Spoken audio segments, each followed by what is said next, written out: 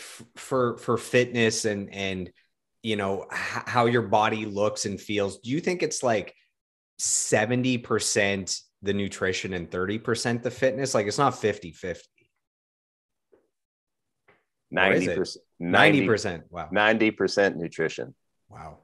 90% nutrition. So you're saying even if someone is at the gym, whatever, 4, 5, 6 days a week for 2 hours, but every meal is McDonald's, the balance isn't going to work. No, it may work when you're 18, but when you're, not 18, probably, probably, I see the shift right around the 30th, about right around 30. You can get away with that stuff for so long, and everybody's obviously is, their metabolism, their genes are different. What types of workouts they're doing, if you're doing massive, like, muscle building or muscle gaining, mass building, you can put in more calories, and, because the more muscle you have on your body, the more calories they take, and will burn at rest. So that's the cool part about weight training is, and that's why runners and weightlifters, they look different, and their energies, what they eat is obviously different. Where someone who's massively weight training could eat the McDonald's or the bad meals and still look kind of in shape. But a runner, it's like their muscles are like, their muscles become the fuel. So your body either burns carbohydrates, it burns fat, or it burns muscle. You never want it to burn muscle. So if you're not putting in the other two in your calorie deficit, and your body needs energy because you're running another, you're only on mile 6 and you burn through all of your calories and you got 6 more miles to go, it will start actually eating away at your muscle. So it's just, it's one of those unfair things that, the calories in versus calories out don't always equate, but over a longevity of time, that really is the gauge. And like you said, 3,500 calories for 1 pound. That's a lot of time on the treadmill to try to lose 1 pound. Yeah, it doesn't seem fair. So I've had some fitness goals, with all the traveling over the years, building the business on planes every, few weeks and eating out. And so I had gained, 20 plus pounds over a couple of years. And then I made a plan to lose it, and I did lose it, but it took a lot of work and discipline, and the fitness and the nutrition and, meal planning. And I have an app that allows you to count the calories, and you hear advice of whether you should actually count calories or not, like the pros and cons of that. But I've heard that people that actually are on, not, you don't want to say diet, but someone that's trying to lose weight, those that actually track the calories, just because of the awareness, actually in general have better results than those that don't track, just because awareness is like the number one thing in anything you do. You need that awareness. And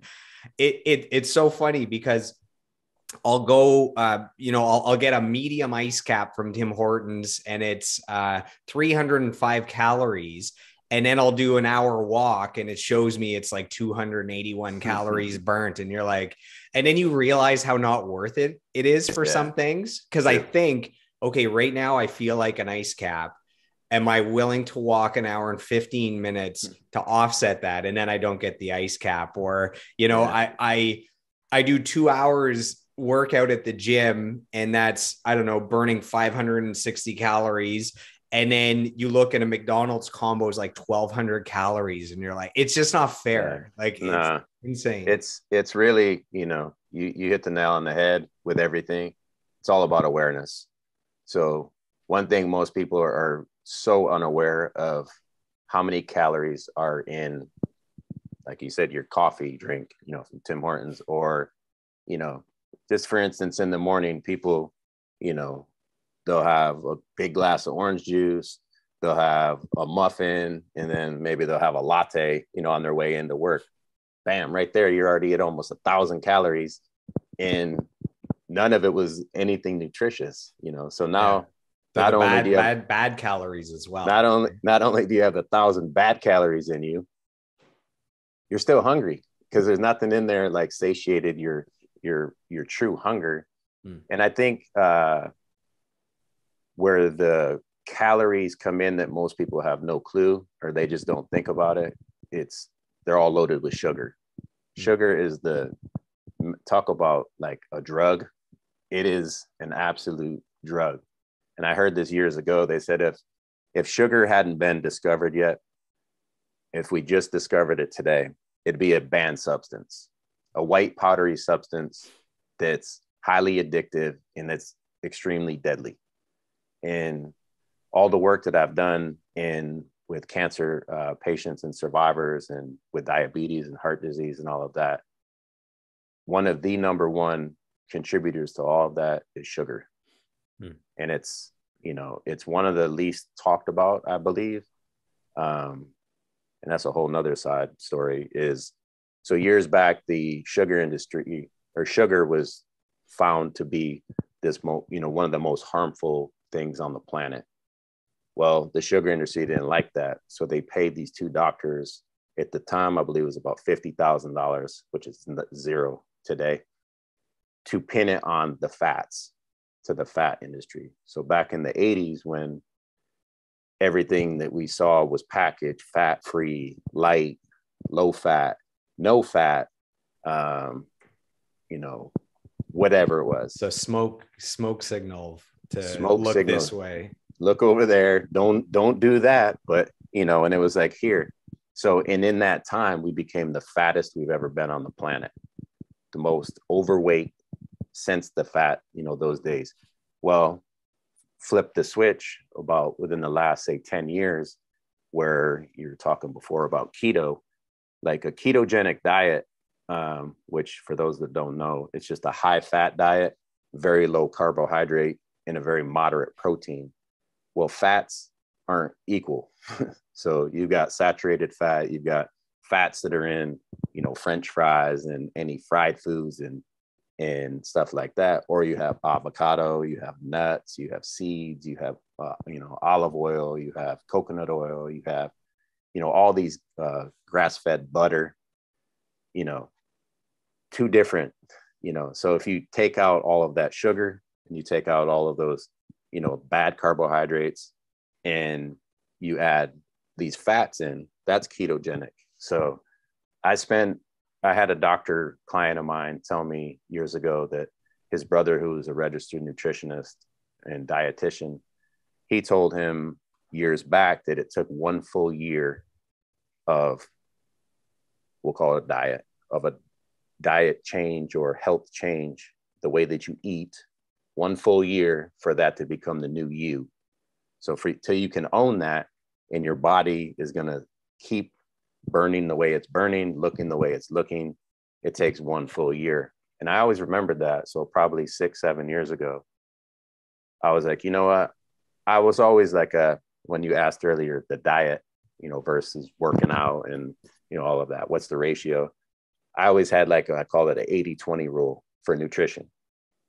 80% of the time, I'm going to eat healthy. The other 20, whatever, just, and not have that, where the moment this morning where you're like, oh, what do I do?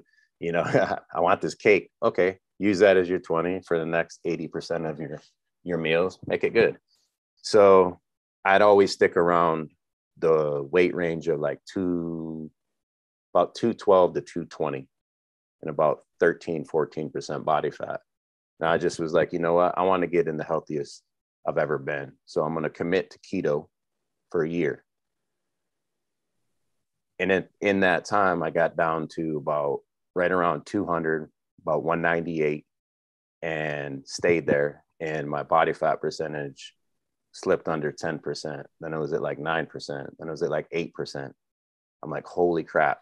This is so crazy. And here again, I'm eating the most fat I've ever eaten in my life because, don't eat fat-free, So that misconception went out the door. I got to the year point, hit my goal. And I'm like, I'm not just going to start eating pizza and burgers and fries and whatever right now, even though I want it, because it's still in my DNA of how I grew up, went another 6 months. So I made a commitment for 6 more. I'm like, I'm going to commit for 6 more months. And then at that point, I can start introducing some back if I want. And I went another 6 months. And honestly, I've never felt better in my life. And keto isn't something per se that's 100% sustainable to stay eating that way forever. You can, but the ones that I know that do it, I see them also missing out on, they won't have a slice of birthday cake. They won't have, a drink, or they won't have, something that isn't ketogenic.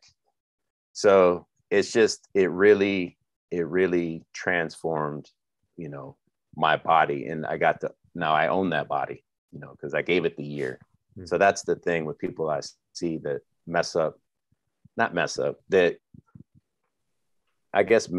we'll call it mess up their plan or their thinking, because they think that they own that because it's been 4 months or 5 months or 7 months or however long. And then they go on that, I'm going to go off my diet and I'm going on a cruise, or I'm going on a vacation, or there's a, big party, or it's the holidays, and then I'll get back on it. Well, you don't own that yet. So you go off of it. Guess what? You go right back into your old habits. You go right back into your old way of thinking. And, I'll do this, then I'll do that. Well, you do this, and then that never happens, because that part is usually the walk or the salad or the, something healthy, because they partied the night before, or they, went on vacation for that week and, took the rails off, and next thing you know, they're right back to eating with two hands, and it's like, so the moral of the story, give it a year. I know it seems like a long time, but break that down into daily habits. What are you going to do today? And then don't beat yourself up, get right back onto it. And then, it just snowballs into something great, instead of snowballs into something that you start beating yourself up over every step along the way. And then all of a sudden, you're worse than when you started, because now your mind's all messed up. The great thing about the 80-20 rule is we all strive for that 100%, but the 80% allows you that one cheat day or that moment of weakness without beating yourself up, because even though it's not 100%, 80% is pretty good and you feel good about it. And if you're doing the right things 80% of the time, you're going to get good results. Absolutely. Absolutely. And it goes back to your question from the very beginning of, with my calm demeanor and not the drill sergeant mentality, that whole part of it right there is like, okay, give it 80% of the time, everything you got. The other 20, whatever happens, it's cool, because that's life. You can have the best plan in the world. Going into a fight, you get punched in the face one time, your plans change, so now you need to reset it. But if you have that going in and knowing that you can go off the rails, but you just get right back on, that the outcomes are way better. You mentioned that when you went keto for a year and a half, you ended up down at like 8%, 9% body fat. What is considered an athletic body? It's like if you drop below, I don't know, 12%, I'm just making up numbers. And then Where should people be worried? Like if they get to 30% body fat, I don't know what is normal or not normal.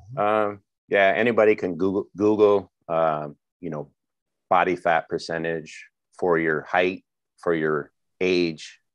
And that will give you more of a determining factor. And I firmly believe that, our healthcare system in the US, around the world, it's skewed a little bit, and it's really trying to catch up back to these talks of like good fats versus, get rid of sugar. Like, I know people, like, they understand like sugar is not great. No, it is bad. Like, so it's, and I'm not saying don't ever have it. Again, back to the 80-20 or 85-15 or 90-10, whatever your rules that you set for yourself.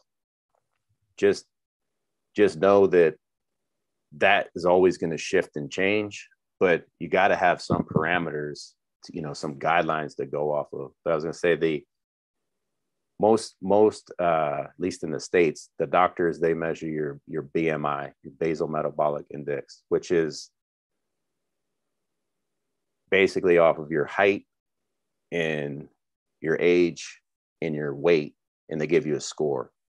Well, my weight at about 200 pounds is different than other 200-pound people that are 6'2", because my muscle mass is way higher than most, because I put in a lot of time, working out, so muscle mass and body fat, when you stand on a scale, it just gives you a weight, gives you a number. So if you don't go off of body fat index, which is a real determining factor, because it's showing you how much fat you have on your body. If your body is, 50% fat and 50% not fat, you're in trouble.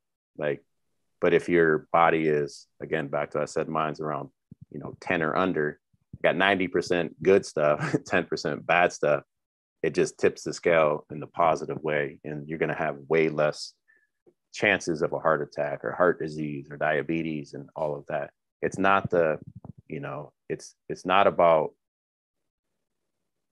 how strong you are. It's not about how you look. It's not about all of that. For me, it's all about how I feel and how my chances of living a long, healthy life versus just a long life that, got to be very, very specific with what you want in life. And because it always shows up. So you want to be healthy, you want to live long, you want to, have healthy relationships, you want, make a list of all the things that you truly want and just start. I remember hearing Joe Rogan talk about that criteria for testing isn't great, because he's thick, like he's a thick jack dude, and he's I don't know, he's probably 5'8" or something. So with his height and his weight, he's considered like obese, and he's like the most jacked 55-year-old, on the planet. Yeah. So it's not always quite right. Is accountability one of the biggest things when it comes to having a personal trainer or someone helping you with fitness and nutrition? Is that the main thing? Like, we all have the information needed to be rich, right, to be happy, to be wealthy, and most people aren't. Yeah. So it's not just the information, it's like the applied information, the applied knowledge. Is accountability what people need more than anything?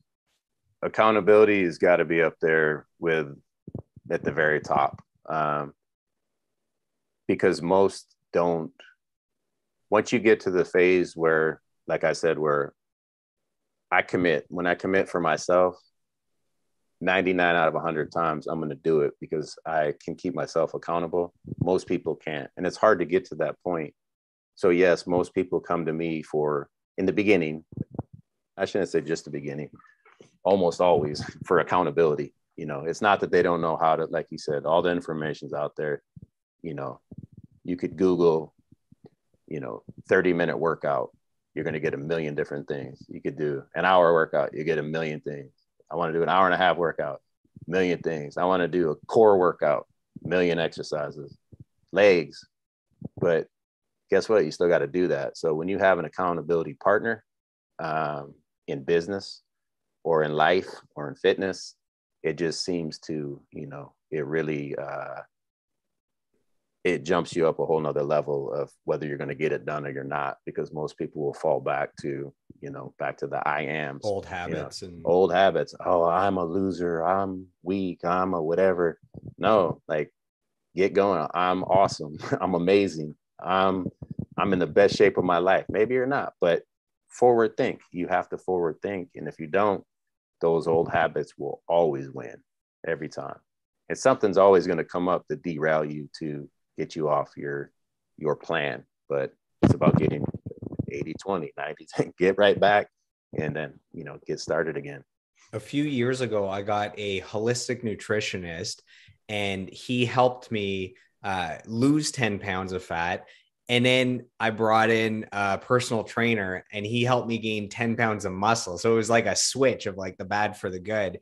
Yeah. And where accountability came in for me was a few different things. So number one was the holistic nutritionist made me write out everything I ate, at what time, how much, how I felt after everything I ate. So it's like I Sheesh. knew every time I had a burger, I felt horrible. So now you know it's the awareness. Yeah. It's going to taste good, but you already know you need a nap after eating that. You know, do you have time for a nap? No. Okay, don't Right. need it. So one of the things was the eating diary. And where that helped was the awareness. But for accountability, it was number one, if I'm going to eat like, you know, three M&Ms because I'm trying to be healthy and it's like not a big cheat. It's like, well, I don't want to have to go and write in the journal that I had three M&Ms at this time. I felt this way. So I didn't want to have to do extra work for three M&Ms. So that helped me to not eat those. Yeah. And I knew that the nutritionist was going to read that. And I was like embarrassed that I'm so good, but then I have to have three M&Ms. So not wanting them to read that or know that, I wouldn't have the M&M. So that accountability Yeah. helped. That's true. That and the other where accountability helped again was then with the personal trainer. It was really expensive, and I was going a few times a week. So it's like 2 sessions a week, this many times a month. It's a lot, and I mean, you get what you pay for. But there were lots of days where I was like, I don't feel like going. I don't want to work out. I'm on my own schedule. So it's like, I don't have to go at that time. I could go when I feel better. And just because I knew I was paying for it, Yeah. I would go. And it's never happened where I went to the gym or a personal training session or hot yoga or went for a walk. It's never happened where I didn't want to do it. I did it and then I regret it after. I always felt better, and it Yeah. was always the right decision when I went. So those are my accountability examples. Yeah, no, that's exactly it. And you know, you hit the nail on the head as far as, so I've been training for 22 years, and I've never once in my life, which is the coolest thing on the planet, never once in my life has anyone ever came in to work out, not even just with me. I overhear everybody in the gym. When they leave, they've never once said, I wish I didn't do that.